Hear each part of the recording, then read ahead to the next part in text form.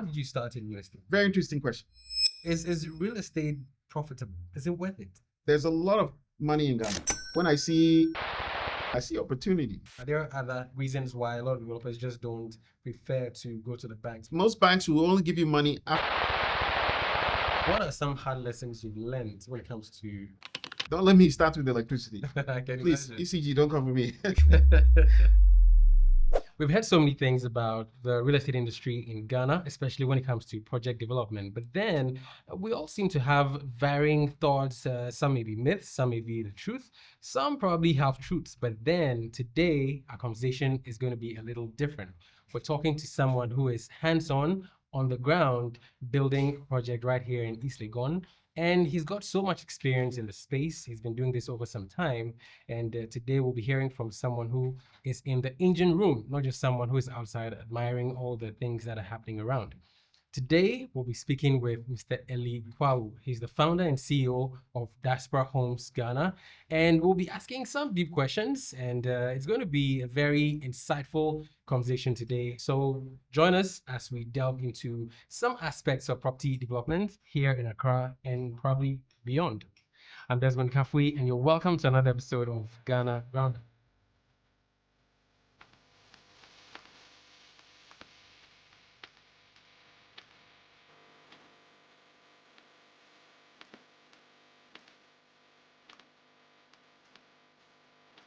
Ellie, you're welcome to Ghana Ground Up, and it's an honor and a pleasure to have you on the podcast today. No, I think the pleasure is ours. I watched the podcast and I know I've engaged with you a few times, and so this is definitely a pleasure to be here. Yes. Absolutely. So now we're talking about construction, and it's not just going to be all technical and all that.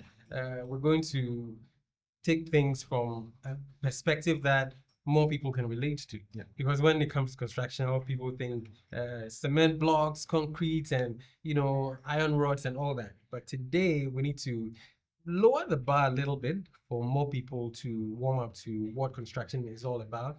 And we'll also be discussing some aspects of the cost of construction, why apartments are quite expensive in Accra especially, and also some aspects of housing with regards to affordable housing. Yeah. But before we get into all that, I'd like to know a little bit about your story. I mean, I know you have a background in tech and finance, but then how did all that culminate into your journey in real estate? How did you start in real estate? So my story is a bit meandered. I think I'm basically like any other Ghanaian. Your father owns land, your mother owns land, and the land has always been in the family. I'm sure your parents own land. Yes. And I approached my father at some point and I said, I would love to build on your land. But I think our parents always see us as children, regardless of how old you are. And so I had to convince him. We did a presentation and he went and sat with my architectural team. And he said, let's move forward. So that's how this particular project, the barracks, came about. But before this project, I had relatives who reach out. They were doing construction or they were building single family homes. And they would say, please, we've run out of money. Could you fund us in some aspects? And I would always say, sure. As long as I ran the finances or as long as I did the development. Some didn't like that, but of course they needed to move their project forward. And that allowed me to immerse myself in the intricacies of each project. Getting the iron rods, so I did all the supplying. Okay. Although they owned the project, because they needed my funding, I didn't want a situation where you gave funding and then you heard later that they ran out of money. Okay. So doing it myself ensured that it would complete. And so we did about a little over 2 or 3 single family homes, and I brought in my own agents. So after the project was done, we sold. I pulled my money out first, and then the arrangement of how much profit I made, and so at that point I was living outside of Ghana, and I was able to do that remotely. Interesting. Yeah, and so I felt it. I don't know. It was I enjoyed the process. Okay. Okay. Working with some of my secondary school friends who owned businesses that sold cement, or working with other people for iron rods, just bringing a team together, creating collaboration and getting a finished product felt like what I was already doing on the project management side, finance and tech, my tech background. Okay. I enjoyed it so much so that it was a few years later that I approached my father with what I said earlier, and Interesting. here we are. Interesting. Well, I'm very keen on the aspect of project management and how you're able to manage projects from outside Ghana. And I know that for a lot of people in the diaspora, that is a major challenge in the sense that, I mean, someone sends money down and then expects that maybe their family, maybe a friend or a relative would take care of their projects for them, willing to come back, and then nothing is on the ground. I mean, how were you able to get it right when it came to project management? I know you have the background, but then when it comes to practical implementation on the field, what can you say to those in the diaspora, or maybe those who are managing the projects from afar? I mean, what can they put in place? What structures can they put in place to get it right? So I'll admit, it wasn't perfect. Okay. Doing things remotely can be a bit difficult. Okay. A few sleepless nights. You are getting up at 4 in the morning in order to send messages to the team to create instruction. Finding a right partner on the ground. Yes. In the situations for the single family homes, Yes. I found the builder who had project management skills. But even if you do something like that, you need to have another project manager who assists. Okay. Some builders don't like that. Yes. But you bring another project manager who assists with the process. Then you bring a structural engineer who assists with the process. You bring in an electrical engineer who assists with the process. So you bring in a team that, for lack of better words, helps you monitor the situation when you're not here. Okay. And I know there are a lot of project managers who help with people's single family projects, but that's how I was able to accomplish that goal. It wasn't easy. We made some mistakes, but we were able to correct them because we had this team in place to accomplish that goal. Okay, it makes sense. It makes sense to get the right people on the job and not just settle for anyone who's available, like maybe a relative or family friend, just to take care of the project because they are the ones you have access to. Correct. Is that right? So although this present project that we are building, the barracks, is a family-owned project, the last say is with me. The family is involved, but I make the final decision. So there has to be a type of command structure. So you have to create a type of structure that allows for opinions, but the final say is what people agree to. Having been warmed up into the conversation about construction and all that, in Ghana, we hear it, I mean, all over the place. I mean, both from the lips of those in the industry and those who are just watching. I mean, those may be interested in acquiring a property sometime, maybe sooner or later. I mean, I don't know if it's a myth or it is actual facts, but then I'd like to hear from you. They say construction in Ghana is very expensive. Is it true? How true is it? And what are some of the reasons that contribute to the cost of construction in Ghana, the increasing cost? Yes. Is construction expensive in Ghana? The answer is yes. Okay.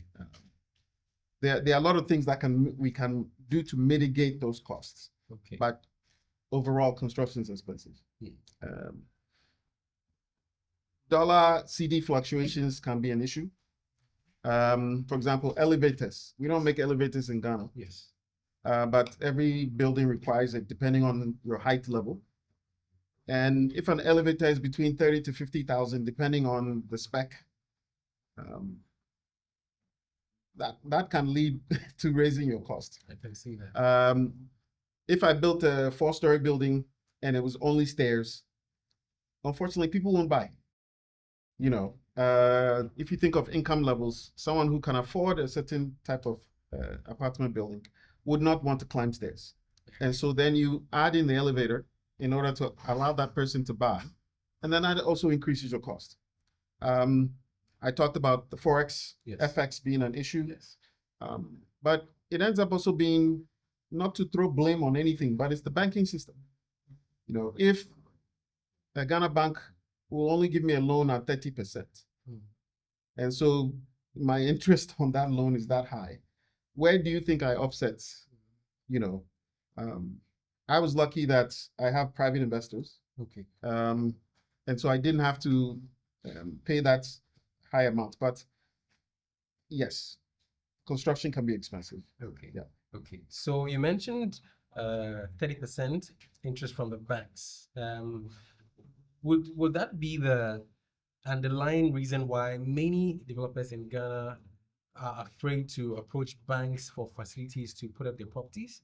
Or are there other uh, reasons why a lot of developers just don't prefer to go to the banks? Because the banks are always, calling us for loans, come take a loan here and there. But then most construction companies in Ghana, or most developers in Ghana, I don't see them dealing with the banks, except when it comes to, sorting out the monies that they make from sales and all that. Very interesting question. Okay. In my personal opinion, and I think other developers who say different things, there's a lot of money in Ghana, a lot of money. But the way the banks, and there's also risk, right? If you think of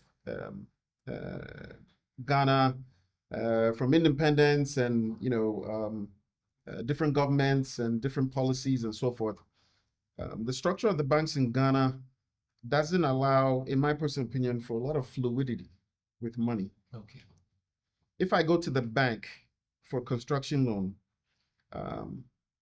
the land, there has to be most banks will only give you money after you finish the construction, in order to either for someone to buy a unit, okay, or for some improvements. Okay. That means you have to have the collateral, or you have to have another property that you take collateral from, an existing property, and then apply to the present project you're doing. In my opinion, that's why a lot of builders go to private sources in order to get their money. Okay. Yeah. Okay. So combining the aspect of the cost of financing a project, and also the kind of amenities that would go into the project for the conveniences of those who end up taking up occupancy of that project. Would these be some of the reasons why we see a lot of developers going for mid to high-end apartment projects compared to maybe the usual flats that we see that would be more affordable to the average Ghanaian? So the cost of land plays a big part in how and where developers build, right? People like convenience. Okay. If I live in Tema, chances are it will take me during rush hour and a half to get to Accra for my job. Yes. Okay. Yes. If I look at building in Tema, cost to be a lot less than Accra.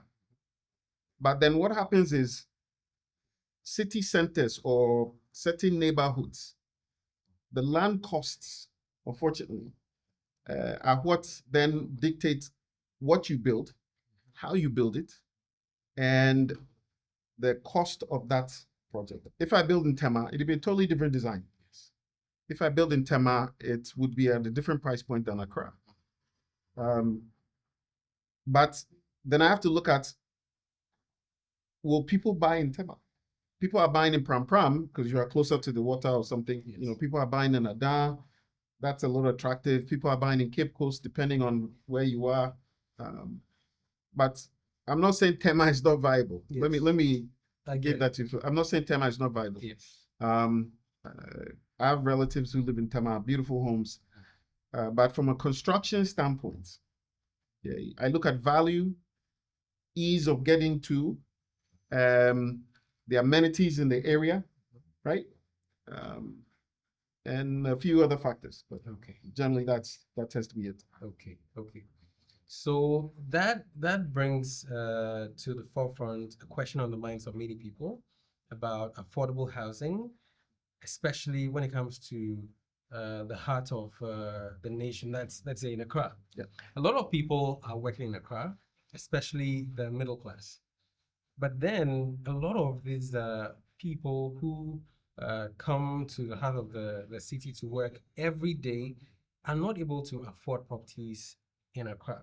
So a lot of them have to travel from afar. It's a journey. Some have to come from Kaswa, from Prime, as you said, and from, elsewhere just to come to work in Accra.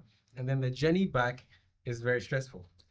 What do you think needs to change for housing in Accra to be more affordable? Or is it even possible that housing in Accra will ever get to the point of being affordable to, the average Ghanaian? I love that question. Affordable housing has been an issue not only for Ghana. Let's look at South Africa. Let's look at Rwanda with all its beauty and so forth. Let's look at our neighbors. Let's even look at the US or England. Just Google affordable housing in England or affordable housing in the US, and you see that there are droves of individuals who are not making enough money to afford where they're living. It's not a Ghana alone issue. We've tried to solve that in Ghana. I think Nkrumah started a scheme from 1963 to 1970, and then after Nkrumah left, there was a bit of instability in the market, governments and so forth, and other presidents came in and started something. I think Kufuor did, Mahama did something in his first term till 2016. And I think Kufuor did something, Your Home Beautiful or something similar to that. Okay. So everyone has attempted to solve this problem. It is a problem. If you have someone going an hour and a half just to get to the office and another hour and a half to leave the office, to me, it just doesn't work. And morale and the distance and how early you have to get up. In my opinion, the large costs of doing a project tend to be more the infrastructure itself, getting water to the site. Yeah. Okay. The sewage systems, right? The the waste systems. Yeah. Electricity. Don't let me start with electricity. Please, imagine. ECG, don't come for me. So when you look at the infrastructure cost that it takes to just even start the project, right? If government took that over, if government went and bought, which tends to be how low affordable income starts, government goes and buys a tract of land, secures land rights, that's another cost, then puts in the infrastructure, and then invites a government public-private partnership, so that as builders we can bring in sort of the type of design that people might like, the type of aesthetics. If that type of partnership was brought together, I think we could solve, and solve is a hard word, but I think we could solve affordable housing. Okay. Yeah. I mean, so as it stands, obviously the challenges that have become hurdles to affordable housing persist. So in the short term, I don't see a lot of change happening, but then at least we can keep our hopes up for the times ahead. Hopefully, some policy changes, maybe the market, some regulations and all that may help us to bring down the cost of construction. Is that correct? I'm very optimistic. Okay. Look at what our present administration has done with the city. Okay. I'll be one of the first people to say, I understand it. I applaud it. Did it affect me? Yes. The inability to transfer dollars back and forth, which is what tends to raise our costs, has been eliminated.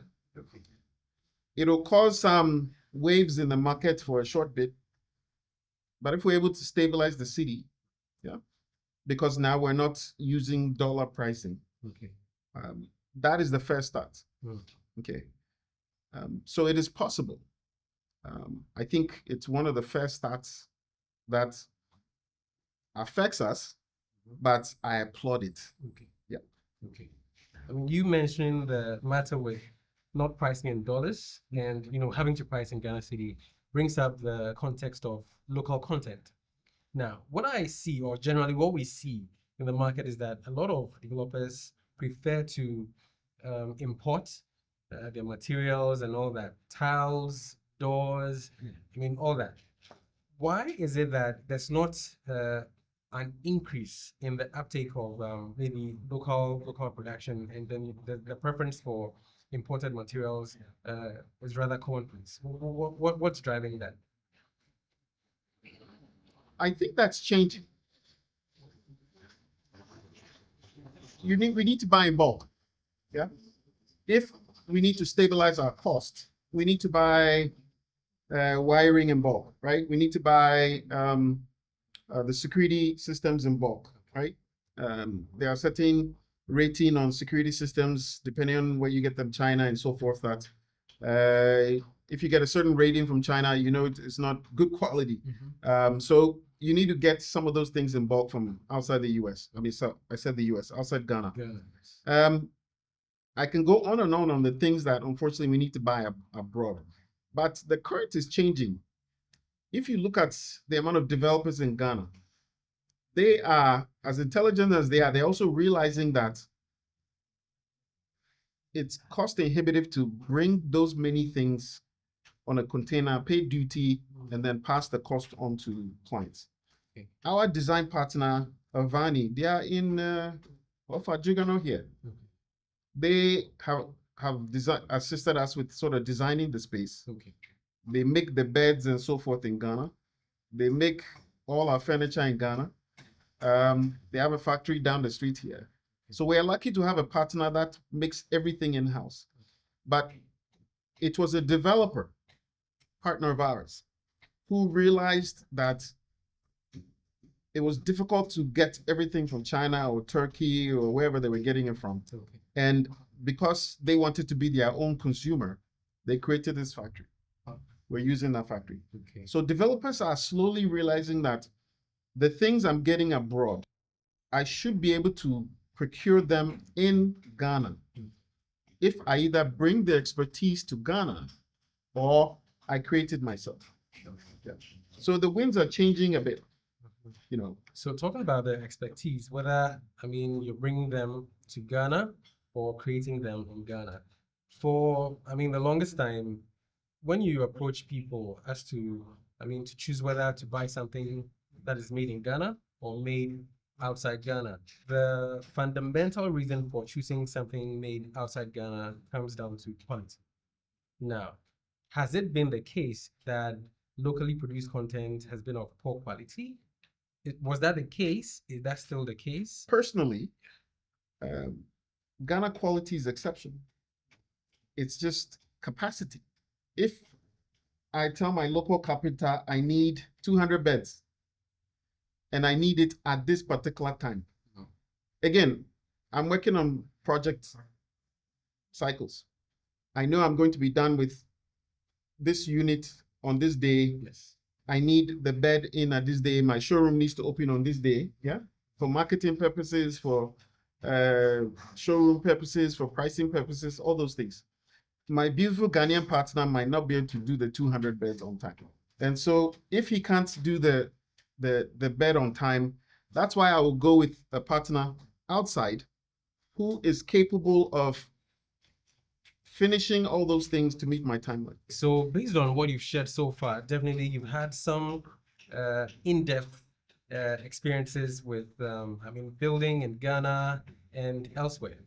In Ghana, what would be some challenges that you've encountered when putting up projects?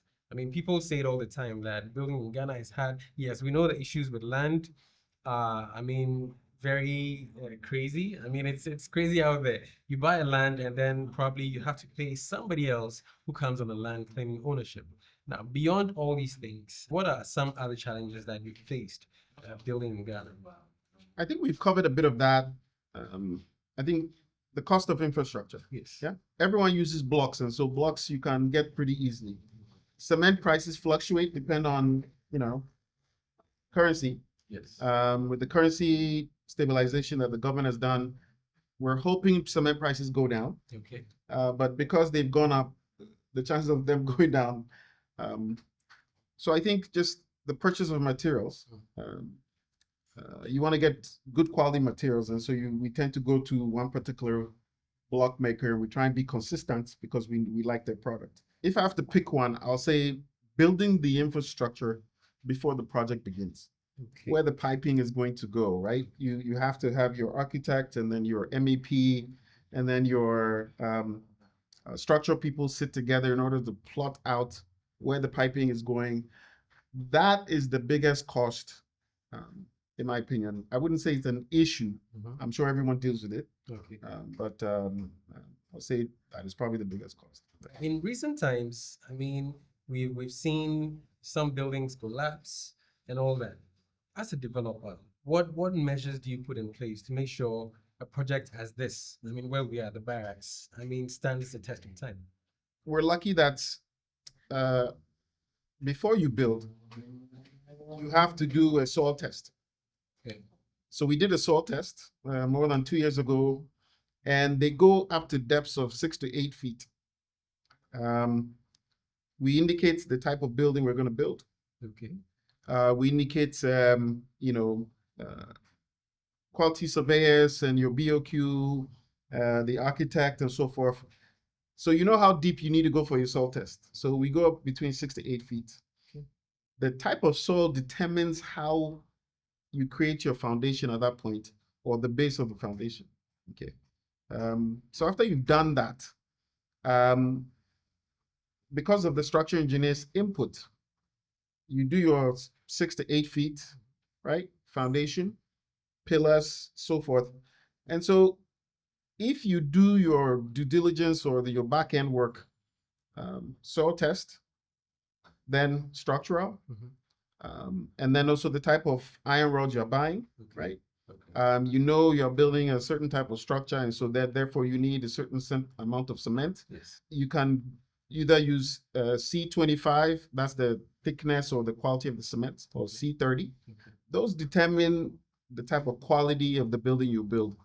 And so from the other builders I know in Ghana, yes, who are building above a certain structural level, that their quality should be good.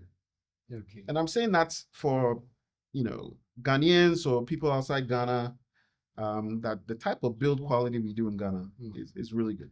I mean, if we are looking at the rating of the cement, and then when we pour cement, we keep blocks of it, and we go and get that tested to make sure that it's the right quality. When the cement truck comes, we also have them give us a bit of the cement before we start pouring. Okay. We're able to use machines to look at the quality of the cement in place at real time. Before then, we say, sure, okay. But we also tell them this is the type of cement we want. Okay. But when they come, we still do our quality test before they pour. Okay. And so in that sense, and I know a lot of builders who do that. Okay. So in that sense, quality-wise, I think we're on top. Okay. Yeah. Okay. For a lot of people, when they think of real estate, I mean, the underlying thought is that it's all just, concrete, blocks and cement and all that. So as a developer, what are you doing differently when it comes to your projects that set your project apart from maybe the next door developer who's also doing something similar to yours? So one thing I decided to do for specifically this project was, I know some of my buyers will be buyers who live in Ghana, yes, or buyers who don't live in Ghana, diasporans and so forth. I know that I've gone and lived in other developments, and what I've realized that I don't have when I go to other developments is there's only one towel rack. And so I have only one towel. But I brought a towel also to, I like my own towel. Absolutely. Absolutely. And there's nowhere to put my towel except on top of the commode, you see. And so with my development here, I decided it was very important that I created more storage.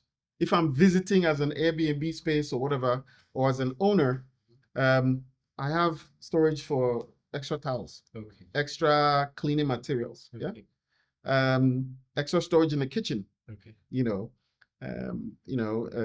enough space to put pantry items, and so forth. And so to me, that is one of the things I wanted in this development: extra storage. Okay. I also want to make the plugs. For example, my AC plug is low to the ground. Okay.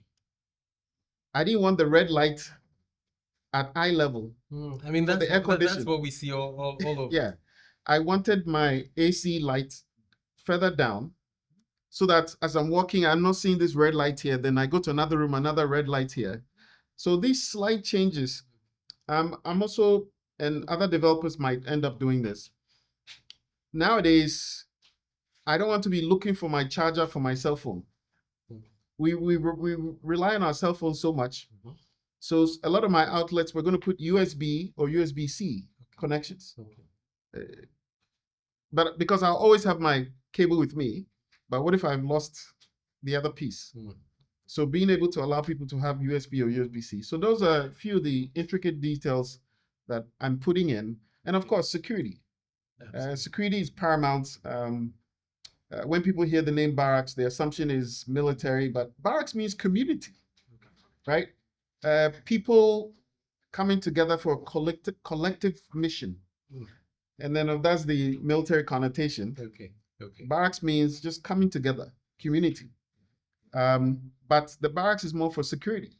So here we have, if someone gets to the gates, they can't come in the gates.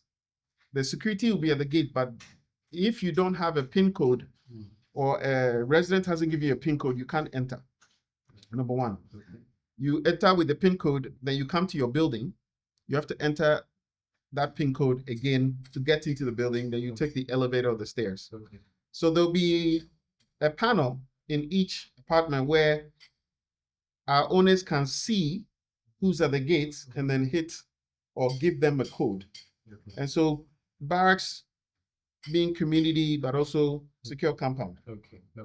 So, I mean, obviously, from what you've said, you've highlighted beyond the internals, you've also highlighted some things you're doing outside. I mean, on the compound and all that, like security, access, and all that, to make the lives of your residents very comfortable.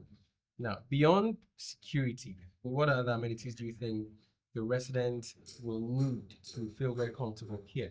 And this is leading to another question where the average Ghanaian doesn't feel like apartments are homes.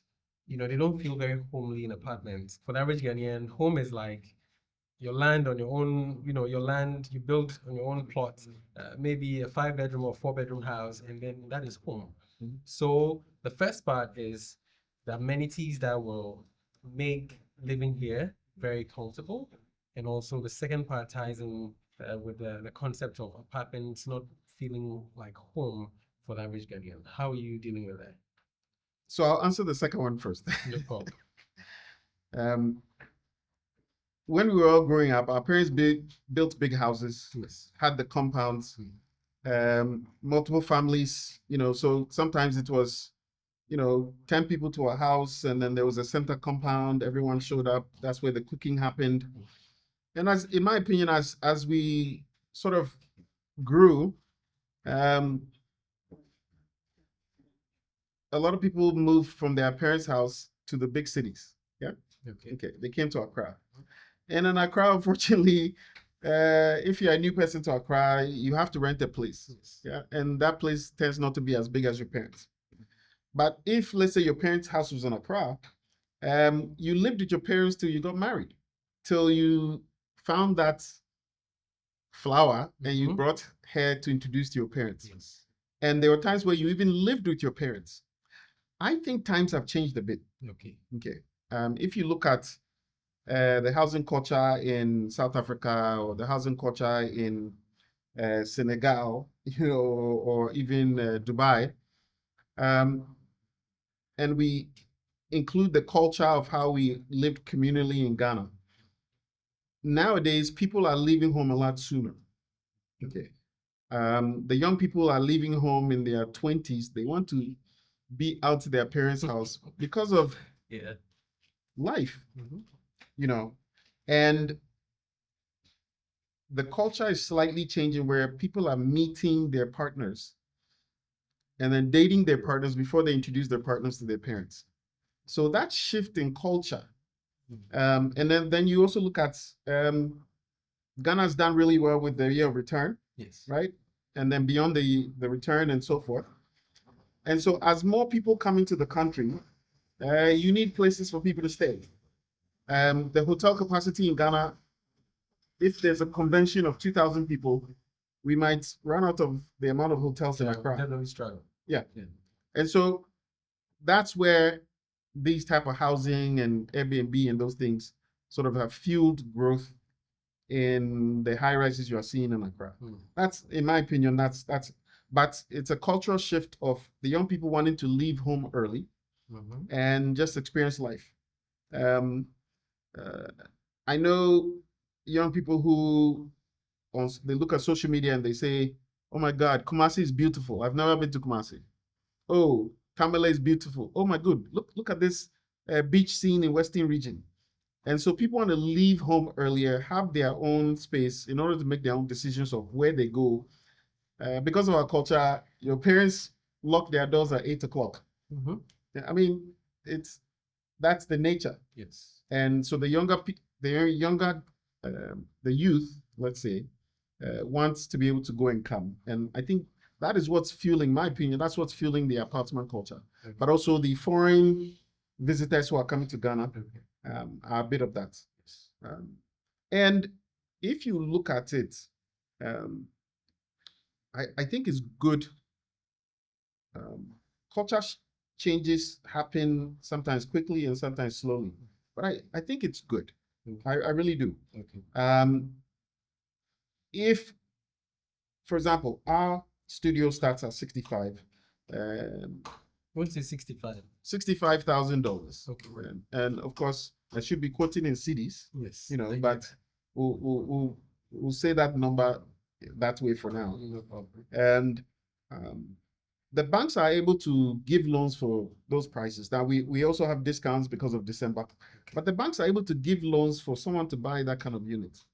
I like compounds, and so we could have built one single building here, but we ended up doing 4 buildings so that there will be a compound. We also have roof terraces on each building that we're going to connect 2 buildings together so that you can walk from one building to the other. Interesting. We want to create, again, community. Yeah. I don't want a development where I don't know my neighbor.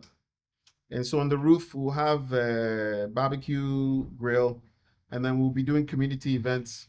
We'll also have concierges here who can, whether you live here, we'll say, hey, we are doing a tour to Kumasi. We're doing a tour to Western Region. We tell people far in advance, and then we get the neighbors coming together, all taking a trip to this location. Of course, we'll coordinate the cost and we get a larger vehicle, and then we'll do that and then take the neighbors. So those are the little things, creating an atmosphere where neighbors can get to know each other upstairs, creating concierge services where the neighbors can travel together. And if an owner has a guest staying in, we include the guest in those communications. Okay. So yeah. Okay. So those are the things we are doing here.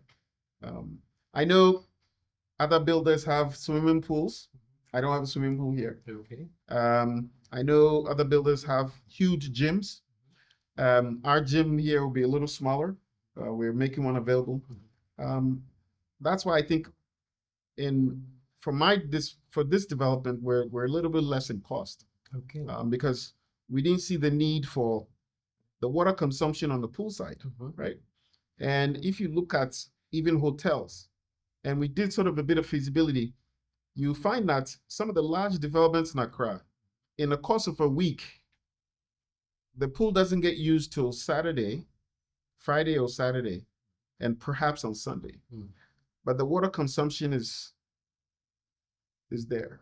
And so we looked at the things that we could offer our guests but also save on costs. Okay. Yeah. Okay. And East Legon has all of those amenities. All of it. You know, not to catch you, but then I I've thought of East Legon over time, and East Legon seems to have set itself apart as a well-rounded community.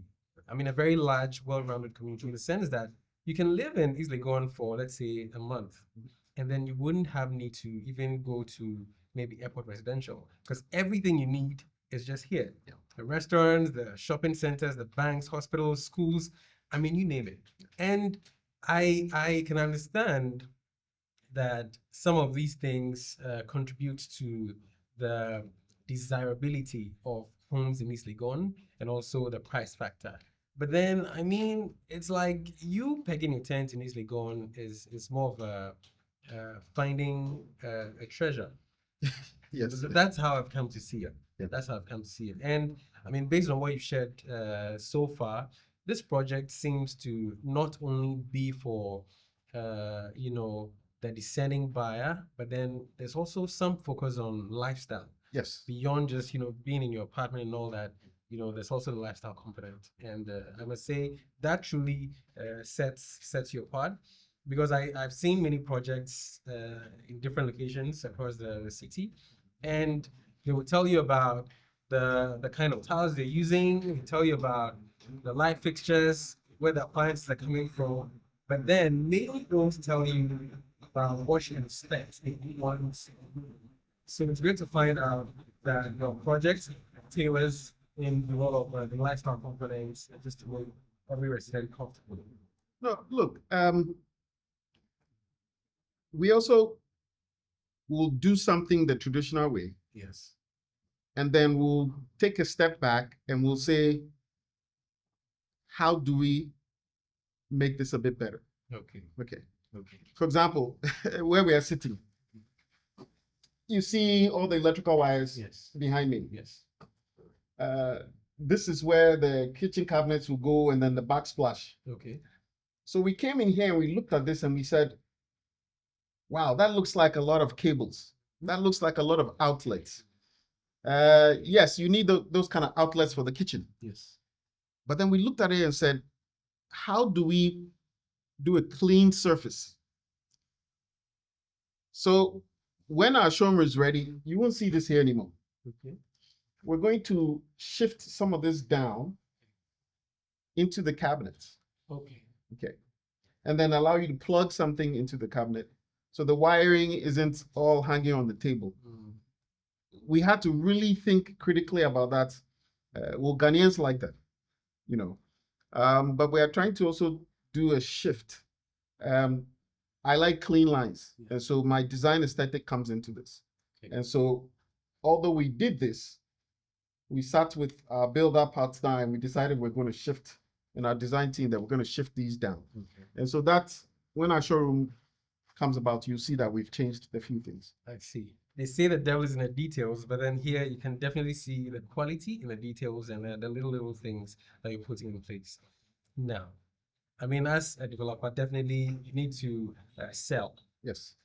What are some of the challenges you faced when it comes to translating the concept of this project to a prospective buyer? Because a lot of the people who come to buy, you know, who are looking for properties are normally putting price in front of them, and that seems to guide them.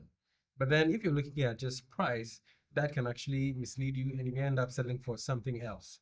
You know, so when it comes to having these conversations with prospective buyers and all that, and they're talking about cost, how do you get them to see beyond the cost? Cost is still an issue for everyone. When you go down the street to get your watch, if the lady has raised her price by 5 cedis, sometimes you walk to the next watch woman. Very true. You know, Very true. even 5 cedis sometimes can play a bit in our budget. So cost plays a big part in people's decisions, and we know that. We're in East Legon. Land values are expensive here. Buildings are expensive here, but we also created our pricing with the local consumer in mind. If you look at our pricing, you see that although there are other developments in the area, we are on our 2-bedroom, 2-bathroom, we are $100,000 less. Yeah, of course, construction phase. But then that allows someone to gain equity after the project has finished. If we are $100,000 less, that's free money at that point after the project is built.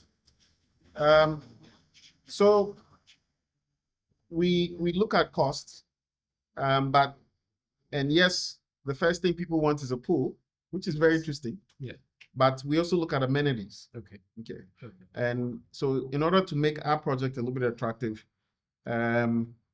we haven't done a lot of marketing. We just recently put up some signboards around town. We waited to get to this point where building 1 is fully up, building 2 is reaching the first floor. Yeah. And because Ghanaians like to see that you're a project that has momentum. Yes. And it's now that we're starting the marketing phases and then getting the word out. So on the pricing, to answer your question specifically, we're willing to make a deal.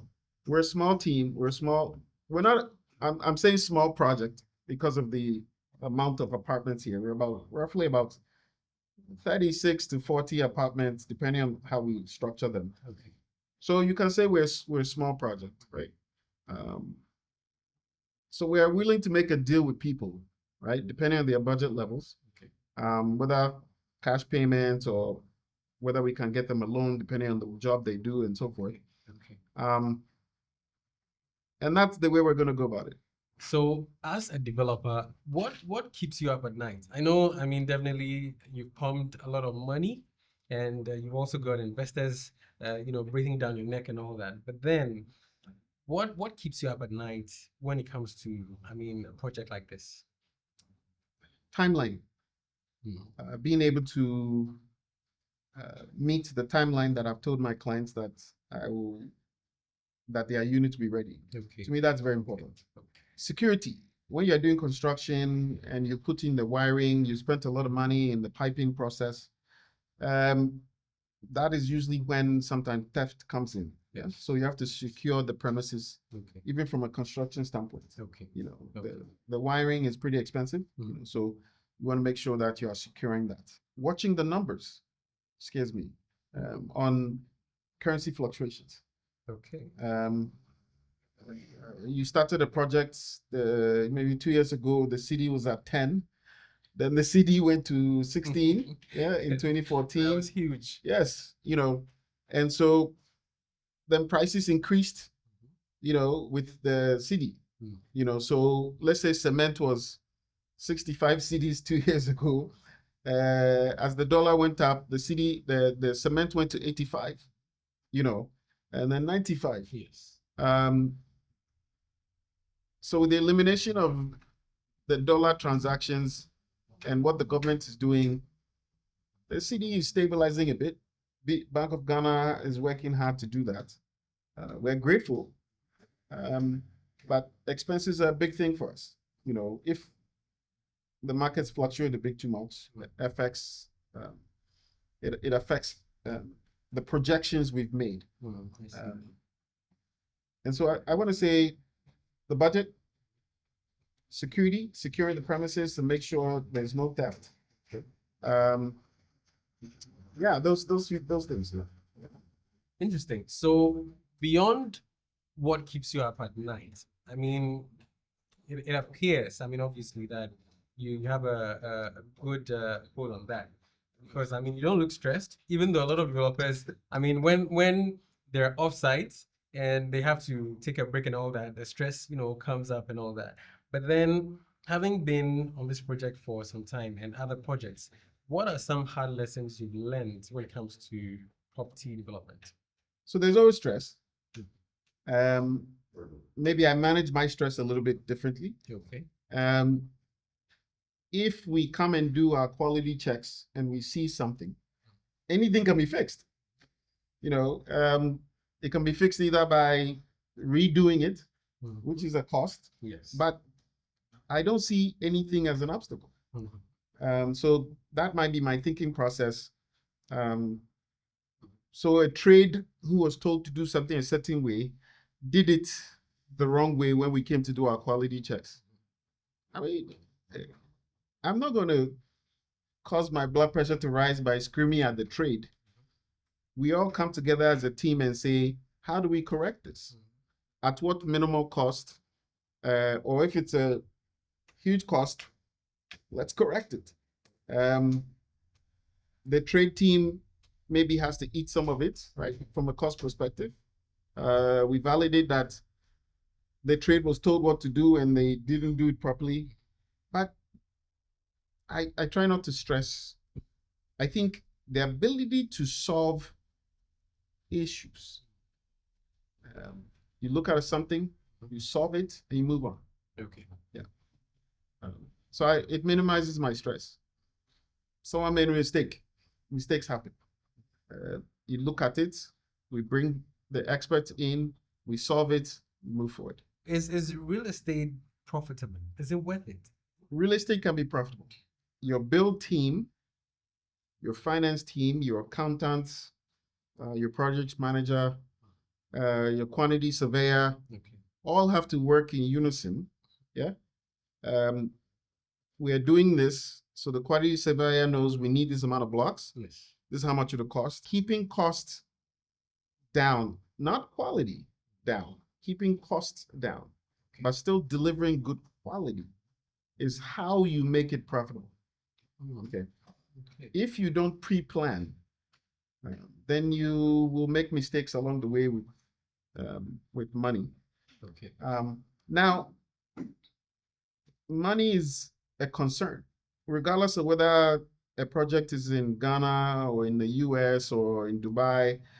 We need the off-plan money in order to continue. And so it means perpetually we have to keep doing marketing and so forth. So to answer your question, it can be profitable. The margins are thin. That's why you also have to make sure that you either order your blocks in bulk, order your cement in bulk, order your plywood in bulk. And those help in sort of the mitigation in order to allow you to be a little bit profitable. Looking at how Accra was 10 years ago, it's hard to imagine some of the, the buildings, some of the growth that has happened over time. Yeah. Over the next 10 years, what's your outlook? What can we expect from your lenses? We're going to see the traditional neighborhoods structure change. I'm building this development in the middle of a residential area in East Legon. You are going to see, as our parents pass away, that huge 2-plot compound they had with the primary house and then the second house, my personal opinion is that is slowly going away. You're going to see people build smaller houses. You're going to see people being able to work remotely, and therefore they are going to go to Western region. They'll go beyond the Bree. You are going to see people being able to, in my opinion, see and enjoy all of Ghana, as opposed to Accra being a city center. Of course, the cities, will never go away. You'll see Kumasi explode with the introduction of the airports there. And as they do smaller airports in different areas, you see those areas explode. But I think Accra will become that, not that it isn't, but will become sort of this modern high-rise city. If you look at anything outside the US, I mean, South Africa, if we go to Egypt, Dubai, Rwanda, not to go outside, maybe if I stay in Africa, you are going to see more investment. If you look at what the government has released in the sense of what they want to do on the Volta River. Yes. And these are plans that Nkrumah and other governments have tried to do, and we're hoping this government does it. We're going to see a lot of investment in Ghana. Ghana, in my opinion, if you look at the art scene, if you look at just the culture, if you look at fashion, if you look at technology. This is going to be such a vibrant country. But the city will expand. You won't know when Accra ends, and we might have people high rises all the way to Kaswa. You might have high rises all the way to Tema. We might see the motorway with housing on each side. I think in the next 10 years, Accra will be, or Ghana is going to be greatly transformed. If you look at the amount of diasporans who are returning, you'll be surprised. If you look at the people who are coming to Ghana in December, I think there are 40 to 50, maybe 40% of them are children of Ghanaians who left Ghana. And they've heard so much that they are coming to Ghana in December to enjoy themselves. Yes, some of them will leave, but there's this back and forth, and then eventually they end up staying. See, so that's what I see happening in the next 10 years. Okay. Looking at the influx of people and even the expectations for December, like that is December and all that, a lot of people are going to come through. There is this notion that a lot of developers are building for foreigners and not for the locals, not for Ghanaians, especially when you look at the pricing of properties. Is this the case, or what is really happening? What's the real situation on the ground? I think also for this question, I'll answer a bit of both. Regardless of the country you look at, foreign investment then gets deposited in the bank, and then the bank then loans the money to industry, and then industry is able to, so Ghana has reached a point where foreign investment is good. We shouldn't see it as a bad thing. And of course, some of the people bringing the foreign investment are the diaspora, right? They want to visit Ghana. They want to return. Yeah. So I say a bit of both. We want Ghanaians to purchase our properties, and Ghanaians are capable of purchasing our properties. Sometimes a Ghanaian will say, my father has land in Abri, I'll rather build on my father's land in Abri. But then it's been 15 years and you haven't built on your father's land in Abri. Come and get a unit. After the unit is built, you've created equity. You go to the bank, you get that equity, you fill out the equity, and then you go and build in Abri. Excuse the noise. We're in a construction site. Yes. So, yes. So to end, a bit of both. We do need the foreign investment, right? For the high-end units or the larger units, not every Ghanaian can put out a certain amount of money. There are Ghanaians who can do it, and some of them do it for investment. And for the other units that we have, we can easily finance a Ghanaian to buy those units. Okay. So we want both. Okay. There is no back to the name of our development. We're community development. And so the reason why our prices are a little bit less than other developments in the area is because I want my Ghanaian neighbor. I need my Ghanaian neighbor. Well, my very last question to you is this. There are a lot of people who, from the outside, they see property development as very intensive, especially when it comes to capital. Stress levels are high. You may have to wait till maybe the property sells a good chunk before you can maybe make your money back and all that. It's like a very difficult space to be in. For the young Ghanaian who one day wishes to become a property developer, what would be your advice to guide that person? I believe in giving back. And so actually this summer we did an internship for some students to come and learn the construction business from the full cycle. Okay. From land all the way to development.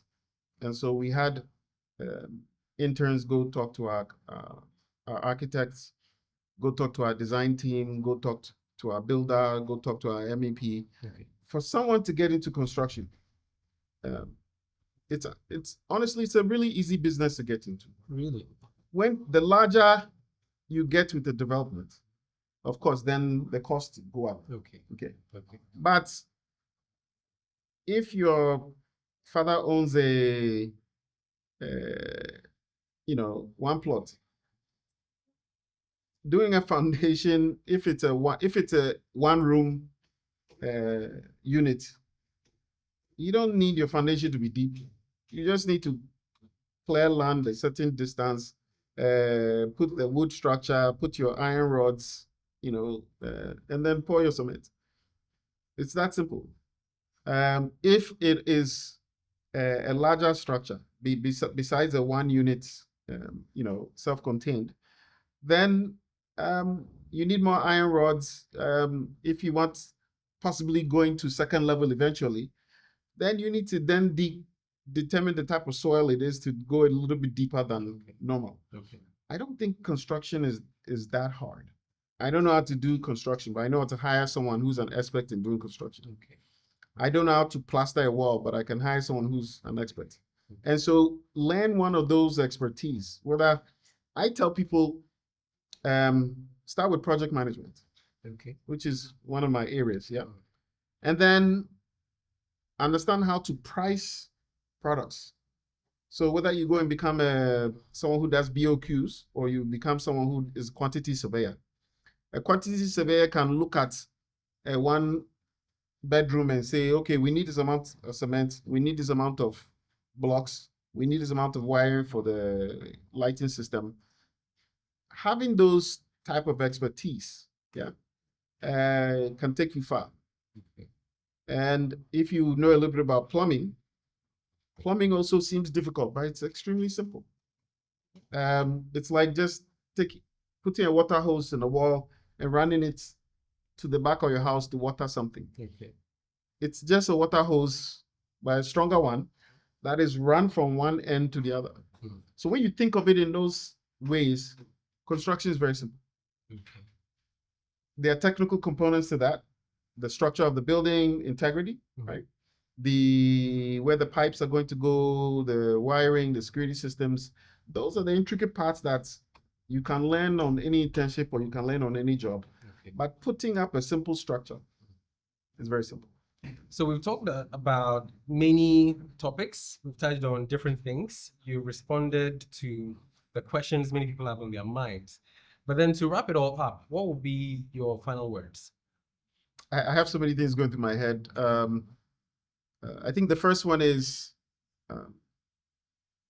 come and check out the barracks, right?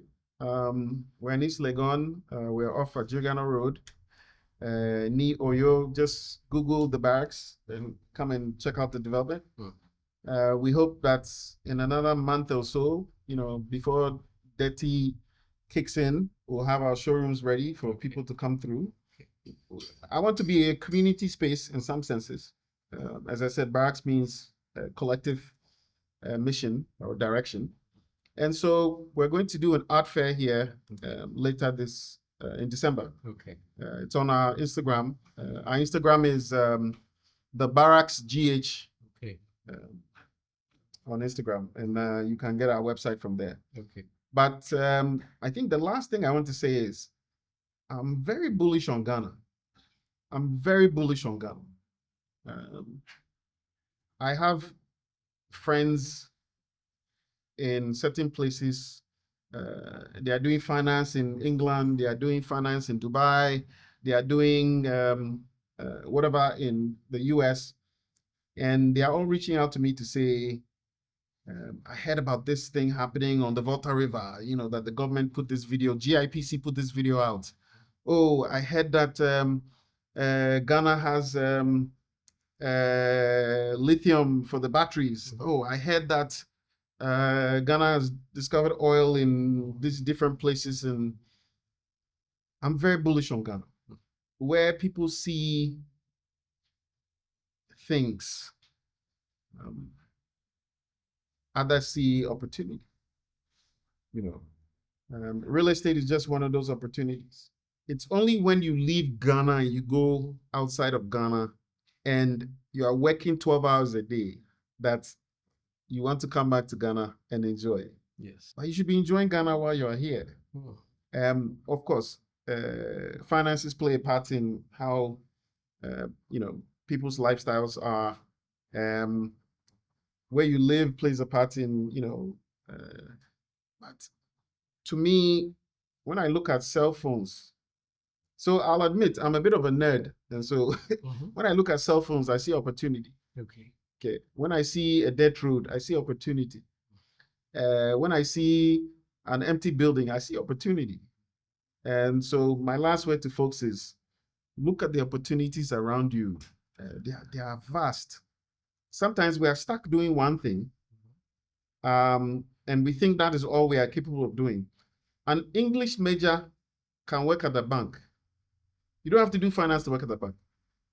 An English major can go and do finance.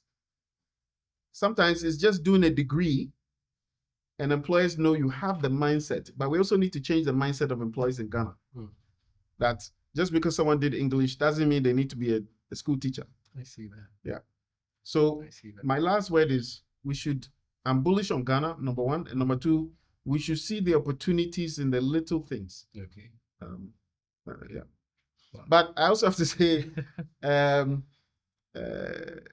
when you put out one of your videos and I commented and I said this one, and then you went back and forth, and then here we are talking. And so I want to say thank you to Ground Up. Yes. I watch your YouTube channel religiously.